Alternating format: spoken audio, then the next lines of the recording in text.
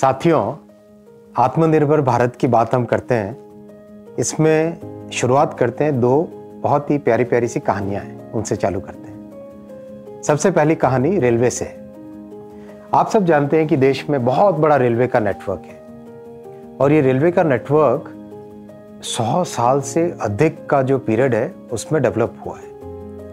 इतने बड़े विशाल नेटवर्क में इतने अच्छे इंजीनियर्स के रहते हुए भी आश्चर्य करो, आज से 10 साल पहले तक कोई एक भी ट्रेन वर्ल्ड क्लास ट्रेन की श्रेणी में गिनी नहीं जाए।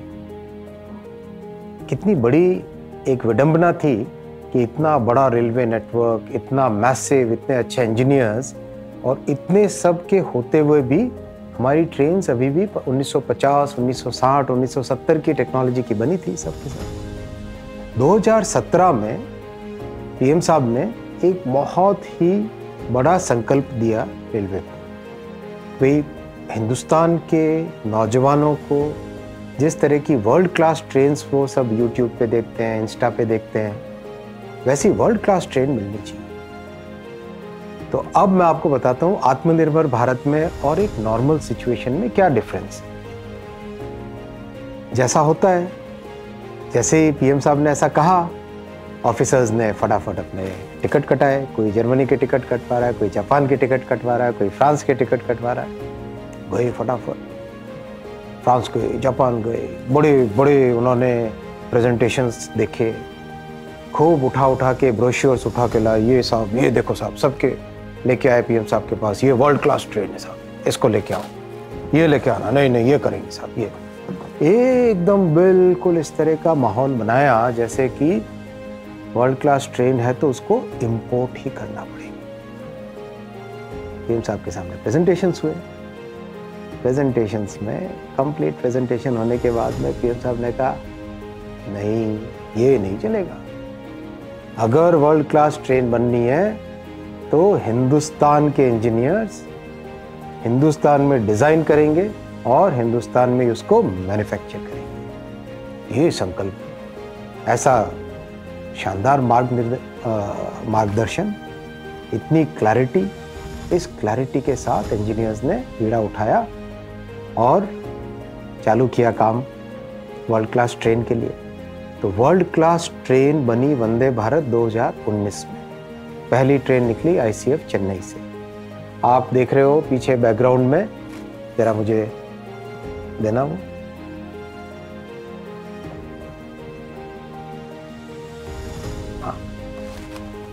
ये वर्ल्ड क्लास ट्रेन बनी वंदे भारत एक्सप्रेस।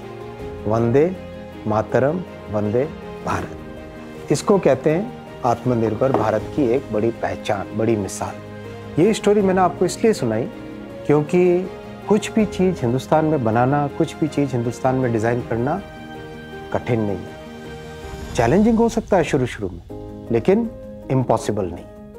ये एक बहुत बड़ा एग्जाम्पल। आज दुनिया में केवल 8 देश है जो कि 180 किलोमीटर पर आवर की स्पीड पे चलने वाली ट्रेन को डिज़ाइन कर सकते हैं, मैन्युफैक्चर कर सकते हैं। केवल 8 देश। उस क्लब में ज्वाइन होना, ये आत्मनिर्भर भारत की कल्पना, ये आत्मनिर्भर भारत की स्ट्रैटेजी, ये आत्मनिर्भर भारत का एग्जीक्यूशन। ये थी पहली स्टोरी। दूसरी स्टोरी मैं सुनाता हूँ टेलीकॉम सेक्टर से। टेलीकॉम सेक्टर में आप देखो, इतना बड़ा स्ट्रैटेजिक सेक्टर है। आज की जो डिजिटल इकोनॉमी है, ये सारी की सारी इकोनॉमी का गेटवे है टेलीकॉम। कितने लोग हैं आजकल जो कंप्यूटर पे बैठ के कुछ करते होंगे काम इंटरनेट पे। आज ज़्यादा से ज़्यादा लोग मोबाइल फ़ोन पे बैठ के मोबाइल फ़ोन से ही अपना सारा, आज परचेजिंग, शॉपिंग करनी हो, कुछ भी मैसेजेस, एंटरटेनमेंट, एजुकेशन, आप ये जो कार्यक्रम देख रहे हैं, ये भी आप 99% चांस है कि अपने मोबाइल फ़ोन की ऐप पे ही देख रहे होंगे। ऐसे में केवल 5 देशों के पूरा सर्वाधिकार था टेलीकॉम टेक्नोलॉजी का एंड टू एंड। पीएम साहब ने 2020 में ये टारगेट दिया कि भाई टेलीकॉम स्टैक हमें अपना बनाना है। टेलीकॉम स्टैक अपने आप में इतनी मुश्किल चीज, इतनी डिफिकल्ट चीज, इतनी बड़ी चीज, इतने वर्ष हो गए एक एक्सचेंज बनाना मुश्किल होता है, एक राउटर बनाना मुश्किल होता है, पूरी की पूरी टेक्नोलॉजी स्टैक बनानी। तो बड़े आश्चर्यचकित हुए कि ये इतना बड़ा टारगेट कैसे पूरा करेंगे। और केवल हमारे एक्शन से तो काम नहीं होता, बहुत सारी फोर्सेस हैं जो कि इसको रोकने के लिए तैयार खड़ी थी। कुछ भी अगर छोटी सी भी गलती हो जाए उसको इतना एम्पलीफाई कर देंगे कि अरे भाई ये हो गया, वो हो गया, वो। तो ऐसी परिस्थितियों में कोई काम करना और भी मुश्किल हो जाता है। कोई नहीं चाहता था कि हिंदुस्तान का अपना टेलीकॉम स्टैक बन जाए। स्ट्रैटेजिक महत्वपूर्ण चीज देखिए, आप समझिए इसमें कितनी भी हम सावधानी साइबर सिक्योरिटी की कर लें, अगर टेलीकॉम स्टैक कॉम्प्रोमाइज हो जाए तो सारी इंफॉर्मेशन कहीं और जा सकती है। तो ये चैलेंज दिया पीएम साहब ने, चैलेंज दिया, चैलेंज को एग्जीक्यूट किया गया और 2021 के अप्रैल के महीने में हिंदुस्तान में बना 4G टेलीकॉम स्टैक। इसमें कोर नेटवर्क है, रेडियो नेटवर्क है। कोर क्या होता है? कोर होता है टेलीकॉम नेटवर्क का ब्रेन। कैसे कि भाई मान लो दिल्ली से एक मैंने मोबाइल फ़ोन पे कॉल किया, चेन्नई में मेरे साथी हैं उनके लिए। अब ये जिसने कॉल किया वो कहाँ पर है और जिसको कॉल पहुँचाना है वो कहाँ पर है, ये सब कौन पता करेगा? ये पता कराता है कोर नेटवर्क, जो इसका ब्रेन होता है। तो कोर नेटवर्क डेवलप किया C.DOT ने। फिर टेलीकॉम टावर के आप ऊपर आपने बड़े बड़े ऐसे देखे होंगे वर्टिकल से बॉक्स जैसे होते हैं, वो देखे होंगे आपने, उनको कहते हैं रेडियो। वो रेडियो होता है। रेडियो क्या करता है? रेडियो बेसिकली टावर और मोबाइल फ़ोन के बीच में कम्युनिकेट करता है कंटिन्यूसली। टावर और मोबाइल फ़ोन हमेशा एक से दूसरे के कांटेक्ट में रहते हैं रेडियो के जरिए से।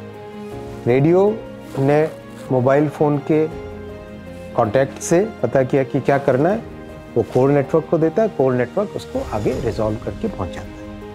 बहुत ही कॉम्प्लेक्स टेक्नोलॉजी है, बहुत ही कॉम्प्लेक्स है। अगर आसान होती तो कई देश कर लेते, कोई तो नहीं कर पाया।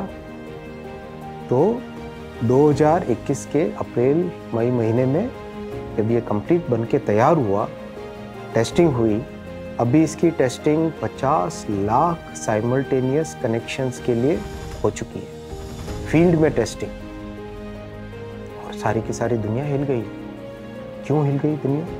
कि भाई हिंदुस्तान से जो सॉफ्टवेयर की चीज़ आती है या टेक्नोलॉजी की चीज़ आती है वो हमेशा दूसरे देशों से बेहतर होती है और कॉस्ट कम होती है। उसकी कॉस्ट कम है, टेक्नोलॉजी बेहतर है, तो आप समझ ही गए क्या होगा। नेचुरली सारी दुनिया में इसी टेक्नोलॉजी का वर्चस्व होने वाला है। ऑलरेडी यूरोप के कई देश हमारे पास इंक्वायरीज भेज चुके हैं।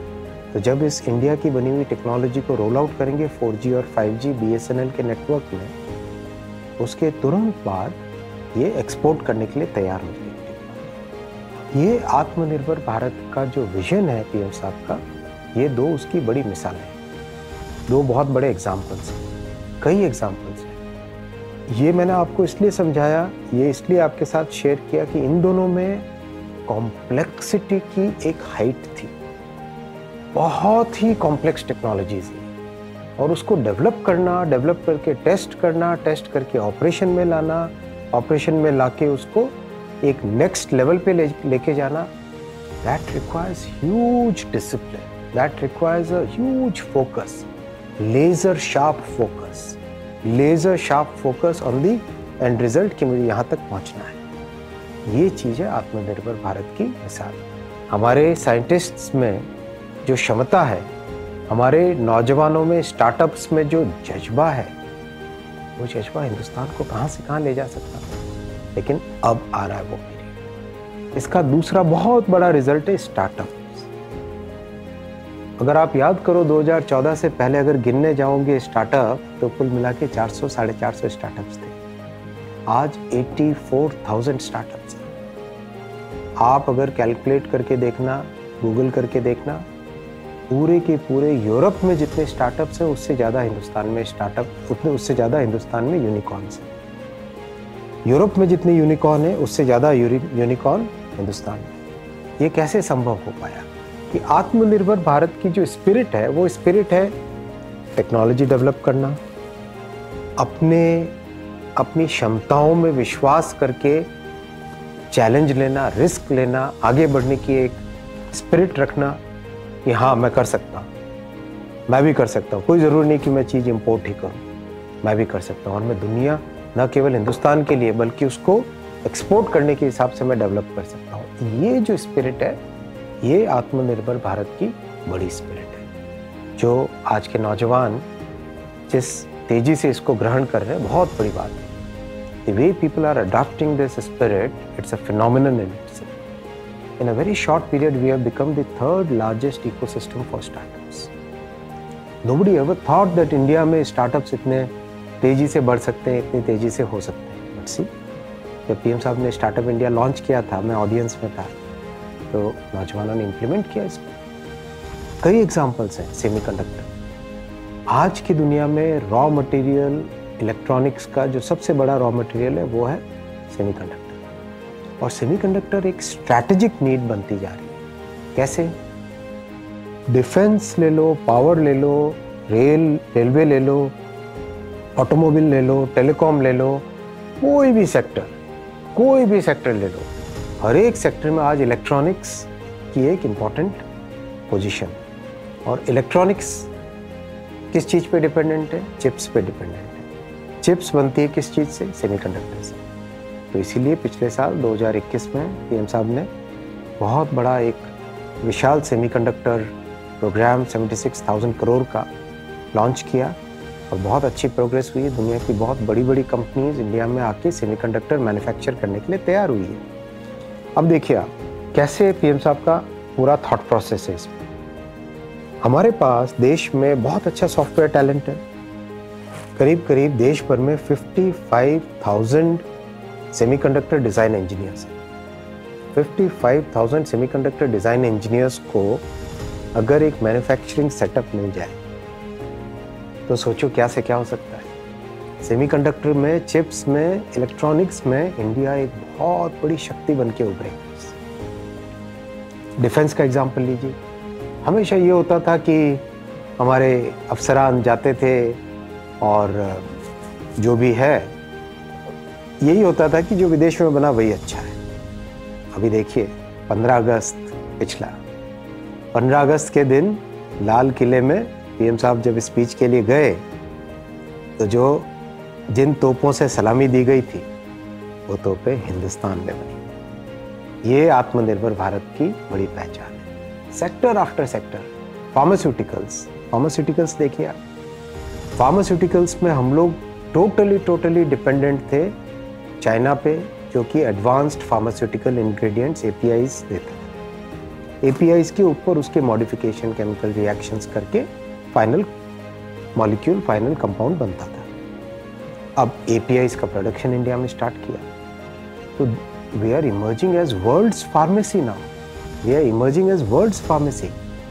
किसी भी सेक्टर को ले लीजिए आप, स्पेशलिटी स्टील हो गया, आपके छोटा सा टॉय, बच्चों के खेलने की चीज़। जब अब आप इसमें फिर थॉट प्रोसेस समझिए।